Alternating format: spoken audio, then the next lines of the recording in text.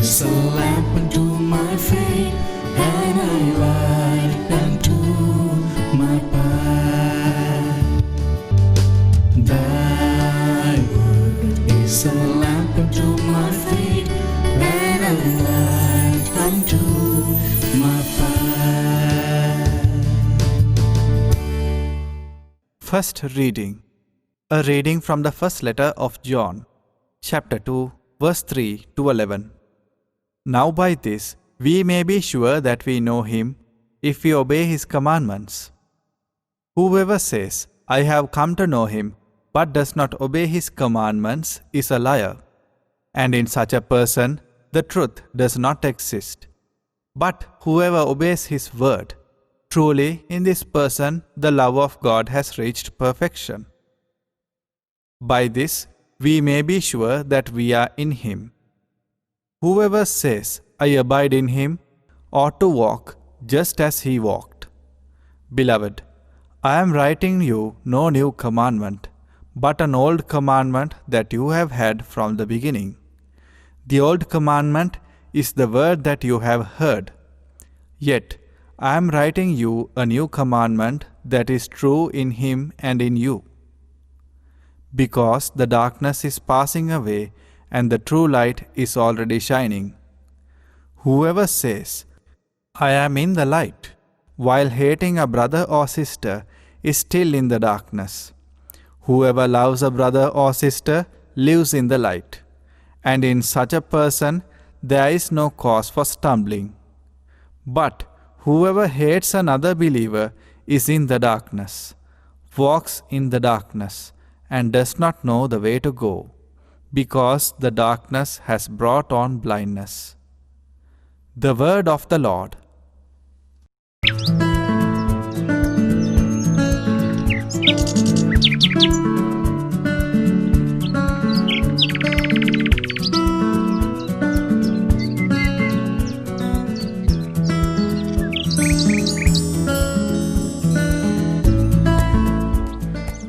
My dear brothers and sisters, and my dear children, our true life is desired by God. We need to accept the reality, accept the joys, the sorrows, the problems, and the obstacles that come our way. Keep on praying. This is the day's message, dear brothers and sisters. Let's listen to the gospel. A reading from the Holy Gospel according to St. Luke. When the time came for their purification, according to the law of Moses, they brought him up to Jerusalem to present him to the Lord. As it is written in the law of the Lord, every firstborn male shall be designated as holy to the Lord. And they offered a sacrifice according to what is stated in the law of the Lord, a pair of turtle doves or 2 young pigeons. Now there was a man in Jerusalem whose name was Simeon. This man was righteous and devout, looking forward to the consolation of Israel, and the Holy Spirit rested on him. It had been revealed to him by the Holy Spirit that he would not see death before he had seen the Lord's Messiah. Guided by the Spirit, Simeon came into the temple, and when the parents brought in the child Jesus to do for him what was customary under the law, Simeon took him in his arms and praised God, saying, Master, now you are dismissing your servant in peace, according to your word, for my eyes have seen your salvation, which you have prepared in the presence of all peoples, a light for revelation to the Gentiles and for glory to your people Israel. And the child's father and mother were amazed at what was being said about him. Then Simeon blessed them and said to his mother Mary, This child is destined for the falling and the rising of many in Israel, and to be a sign that will be opposed, so that the inner thoughts of many will be revealed, and a sword will pierce your own soul too. This is the gospel of the Lord. Dear brothers and sisters, and my dear children, in the gospel, we see Mary, Joseph obeying the Mosaic law. They make a pure sacrifice, a pair of turtle doves, let's say 2 young pigeons. And there were also 2 other devout people, Simeon, Anna. We call Anavim, which means the poor, lowly, faithful ones. These 2 are waiting for the Messiah, dear brothers and sisters.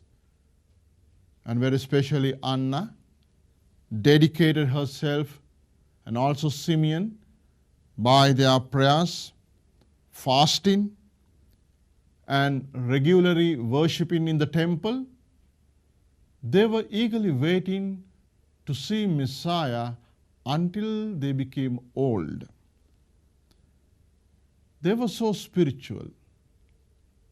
For that matter, dear brothers and sisters, it's through a great, deep, spiritual closeness to God that we are made to understand His desire for us, dear brothers and sisters. When we look at these 2, they were praying for years and years, looking for Messiah, to see Messiah. They were praying for years.